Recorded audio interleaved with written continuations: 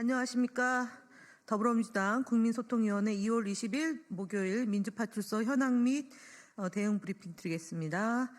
국민소통위원장 김현입니다. 그리고 국민소통위원장 전영기 의원님 참석하셨고요. 허위조작 감시단의 단장님 양문석 의원님, 김동화 의원님 오셨습니다. 주말간 민주파출소 현황은 2월 20일 9시 기준 1,327명이 방문하였고 487건이 제보되었습니다.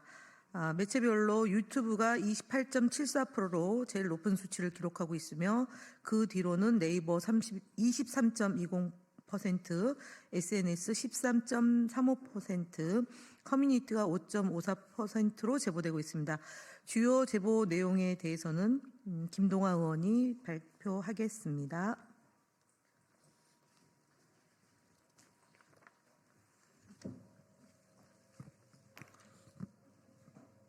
네, 민주파출소 주요 제보 내용 보고드리겠습니다. 처음으로 북한의 지령으로 윤석열 대통령을 암살하려고 한다는 구체적 음모론이 윤석열 대통령 암살 플랜 D라는 이미지 등을 통해 트위터, 네이버 등에서 더욱 구체적이고 조직적으로 유포되고 있다는 제보가 있었습니다. 이와 관련하여 우원식 대통령 임종 가능성 언급, 지령 축축 등의 이미지를 통해 윤석열 대통령 암살에 관한 의혹 글 및 이미지가 게시되고 있고 이러한 내용들이 제보되고 있습니다. 다음으로 공수처 관련 허위 사실이 네이버 등을 통해 유포되고 있다는 제보도 있었습니다. 김계리 변호사가 페이스북을 통해 업로드한 민노총 간첩 사건 공소장 내용 중 공수처 설치와 관련된 부분을 캡처하여 공수처 설치도 북조선 지령이었다는 허위 사실의 글이 유포되고 있습니다. 이러한 제보를 바탕으로 적극 대응한 결과 우리 민주파출소 출범 이후 네이버 등 국내 포털 플랫폼 관련 제보 건수가 감소하고 국내 주요 커뮤니티에서의 허위조작 정보 유통 범위가 축소되는 등 허위조작 정보 유포 세력의 활동이 위축되는 효과가 나타나고 있습니다.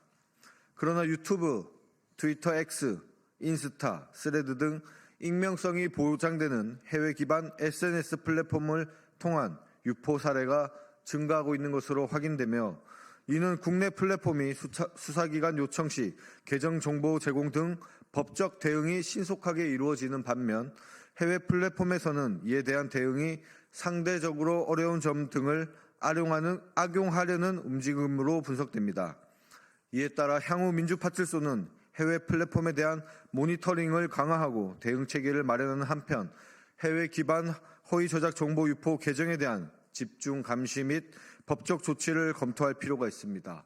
또한 해외 플랫폼과 연계해서 허위 조작 정보가 유통되지 않는 채널을 구축해서 우리 허위 조작 정보가 해외 플랫폼을 통해서 유통되는 일이 없도록 만전을 기하도록 하겠습니다. 다음으로 주요 대응 현황입니다. 네, 국민소통위원회 주요 대응 현황을 말씀드리겠습니다. 국민소통위원회는 오늘 세계로교회 담임 목사인 손현보 씨, 신남성위원대 배인규 씨, 꽃보다 전환길의 전환길 씨를 내란 선전 혐의로 경찰에 고발합니다. 이들은 여전히 윤석열 대통령의 비상계엄을 옹호하며 선전선동을 이어나가고 있다고 보고 있습니다. 그 결과 119 서부지법 폭동으로 이어지는 만큼 법에 따른 단호한 처벌이 필요하지 않나 하는 판단을 하고 있습니다. 그리고 국민의힘 거짓말 시리즈 18번째 발표를 드리도록 하겠습니다. 윤석열 대통령은 국회의원 체포 지시 의혹을 강하게 부인했지만 검찰 조사와 핵심 지인들의 진술은 이를 정면으로 반박하고 있습니다. 조지호 경찰청장은 검찰에서 윤 대통령이 6차례 전화해 국회의원 체포를 지시했다고 진술했습니다. 그는 첫 통화에서 국회의원들을 다 잡아 체포해라고 말했고 이후 통화도 같은 내용이었다. 대통령은 격앙된 목소리로 체포를 지시했다고 밝혔습니다. 또한 국회 봉쇄 해제 지시는 받은 적 없다며 윤석열 대통령의 주장을 부정했습니다. 반면 윤석열 대통령은 지난 2월 18일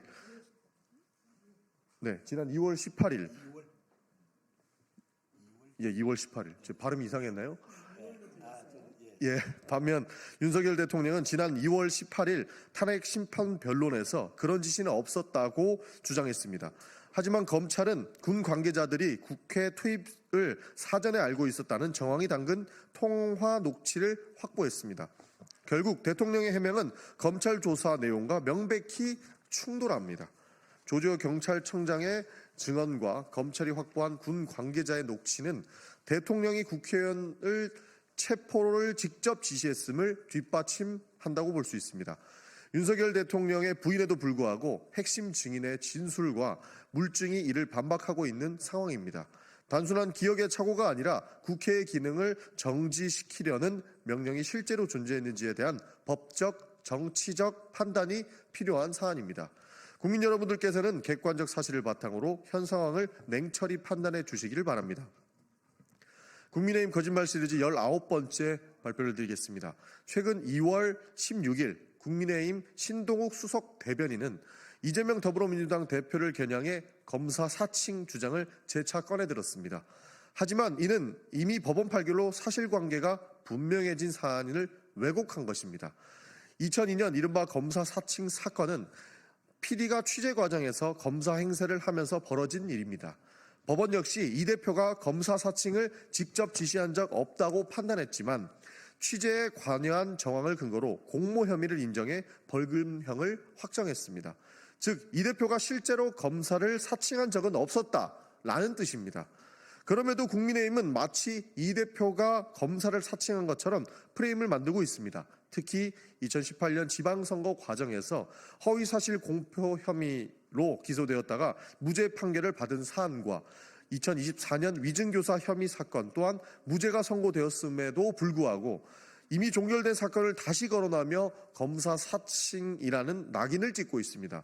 결국 국민의힘의 주장은 법원의 판결과 명확한 기록을 무시한 채 이재명 대표에게 검사 사칭이라는 이미지를 덧씌우기 위한 정치 공세일 뿐입니다. 객관적인 사실을 비추어 보면 이재명 대표가 직접 검사를 사칭했다는 말은 명백히 과장되고 왜곡된 프레임입니다.